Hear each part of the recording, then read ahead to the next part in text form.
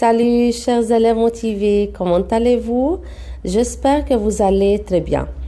Aujourd'hui, chers élèves, je vais vous expliquer les sens des adjectifs qu'il faut absolument connaître pour pouvoir comprendre les francophones.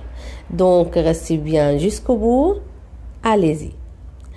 On y va et on commence avec le premier adjectif, avec l'adjectif sympa.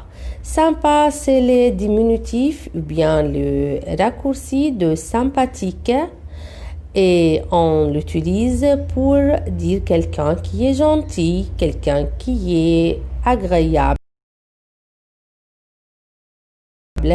ou bien une personne qui veut le bien des autres. On dit il est sympa. Mais je peux l'utiliser pour parler d'un objet. Comment? On veut dire que cet objet est agréable. Par exemple, le cours de Madame Nada est agréable et sympa.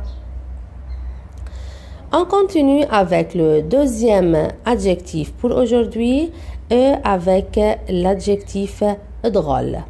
Drôle dans le sens de amusant. Et quand on parle, par exemple, quand on parle d'une histoire drôle, c'est-à-dire une histoire amusante, je peux utiliser le mot drôle. Donc, on peut rencontrer dans la bouche des francophones le mot drôle. C'est quand on veut décrire quelque chose de bizarre, quelque chose d'étrange ou bien un peu habituel. Et bien sûr, il ne faut pas confondre entre les deux sens. Ça dépend du contexte et de l'intonation. Troisième adjectif, c'est malade. Malade dans le sens qu'il y a une maladie. Par exemple, si tu as de la fièvre, tu tousses, tu as mal. En général, on dit quelqu'un qui est malade.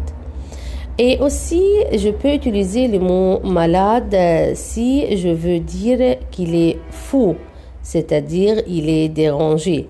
On dit il est malade. Et bien sûr, il faut faire bien attention au contexte et quand est-ce que j'utilise ce mot.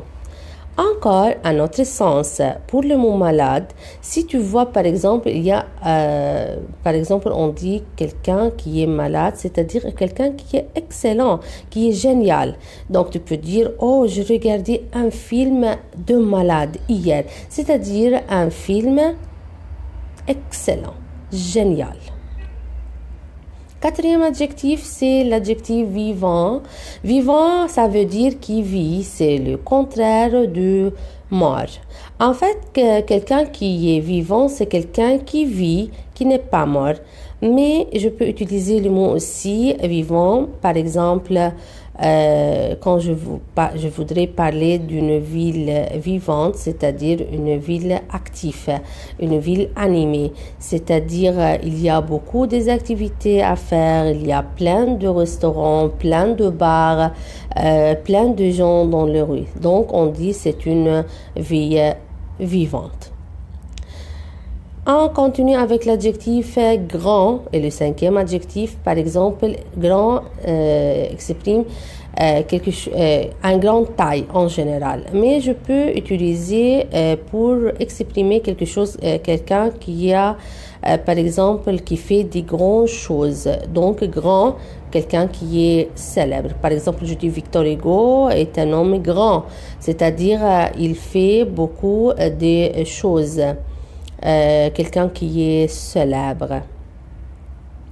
Je continue, ou bien une personne historique. Continue avec le mot petit. Petit, c'est un adjectif. C'est le dernier adjectif pour aujourd'hui. Et peut utiliser quelqu'un qui est médiocre, c'est-à-dire qui n'a pas de qualité, quelqu'un qui est petit. Chers élèves, voici ou bien voilà ces 6 adjectifs qui ont différents sens. J'espère que ça t'aidera autant que possible. On a vu le mot sympa qui veut dire agréable pour un objet, par exemple, et pour une personne. On a vu le sens de drôle, par exemple. On a aussi le sens de malade, le sens de vivant et le sens de grand et de petit. Si tu as aimé cette vidéo, laisse un petit j'aime et fais-moi le savoir. Ça fait toujours plaisir. N'hésitez pas à t'abandonner à la chaîne YouTube Nada Française et merci d'avoir regardé cette vidéo. À très bientôt pour de nouveaux contenus en Nada Française. À bientôt.